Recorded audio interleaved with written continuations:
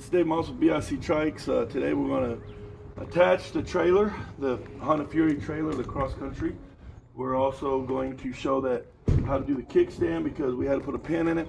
We drove it 200 miles, make sure everything worked out, and one of the things that we ran into is if you hit a hard enough bump, the kickstand would pump itself down, which was interesting. So we put a pin in it so it's safe. You don't have to worry about it. So this is how you do it if you're going to do it by yourself. Now if you have somebody to help you out and hold the bike straight up, it's a lot easier, but this is how I do it. I've done this several times and we're going to show you how we go. Also let you know that this here is a patent pending. I have a lot of people just want this part here and going to hook up to the Fury, and so we put a patent on it. So we're going to sell those by themselves. If you just want the back end of that, it's $350. Get a hold of me and I can build it for your Fury, and then you can build whatever you want to connect it to a trailer, however you want to do it, or your own kind of trailer if you want to. So just give that information out. Now you'll notice that the rod's in this thing because we're in the park position. So we got the ball here so it doesn't move, and we got the rod. So we're going to pull the rod out. So we basically unscrew it. We're going to pull the rod out. Now, I have put these two pieces in here, and basically it looks like a lug nut and a washer. Now that lug nut looking thing goes right here. And the reason for this is so you do not damage, see that? So it does not damage your axle or damage any of this right here. So we don't want to hurt our axles. That goes in there and it goes in what looks to be backwards. So the pointed area goes out. Just like that, so it sticks out a little bit. And then with this washer on the other side of this, it won't touch anything. So it makes it where it's nice and spaced. So that's the first thing that you got to recognize. If you put it in wrong, you're going to tear that up. So you don't want to do that. So what I do is, first thing I'm going to do, I'm going to put this here. I'm going to back up my bike to the position I want it to be in. It's a little bit long, so the way I do it is I back it up to it's almost there, and I push it forward, making the kickstand go forward, and then just kind of slide it in. You'll see what I'm talking about. You also have to use a way to make it more straight because this is so leaning, it's real hard. You wrestle with it. So what I do is I put this piece of metal here that's basically 2 inch by 4 inch, and I'll lift it up. That way it ain't leaning so much, and it's easier to put this on. So basically you back it up to where you want it. So like you do a normal trailer.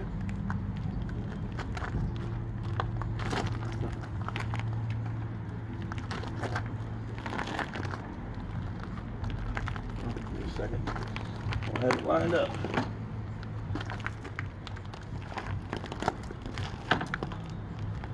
Okay.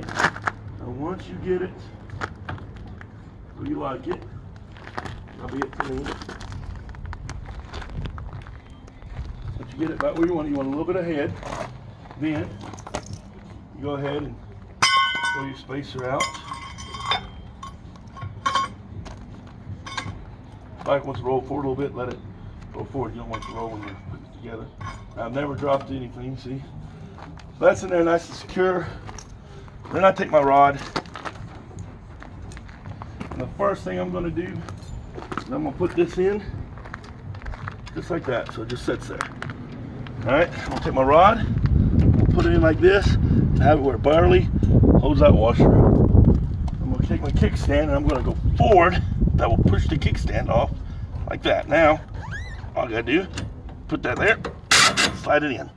That simple. Now, you have to line up the other side. Now, you can't line it up with this bar on because I'm not perfectly straight. So, what you do is you undo this bar.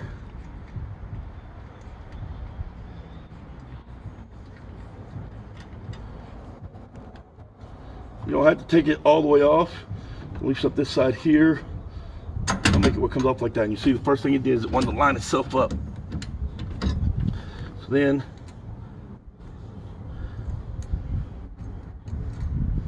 I go to the other side, I lift it up, pull the thing out a little bit, lift it up, push it, line it up, start screwing, and voila, it's hooked up now. And then I just screw it till I get what I want to go through. Still screwing, there it is, see it? Now I don't want to touch my exhaust, so I go right about there. So I go about right there. I want to make sure I can see threads. And then over here, back up.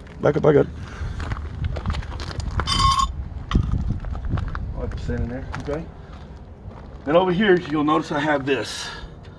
And this is where this bar comes in. So then I take this bar, because we got it screwed in. So I'll take the bar now, pull this off. Now what I'm going to do is a nut right here. I'm basically going to tighten that nut down to what I want. So I go one, you just feel the tightness, it don't matter. And then once I get it to where it feels kind of tight,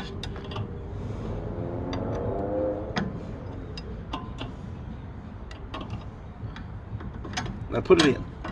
Now if you put it in, this thing will not move because you got this on there. I want to go a little tighter than that though. So we're going to go one more down. And then you put it in. Now this cannot move. Okay, so it's a safety. And you go ahead and we nut this in.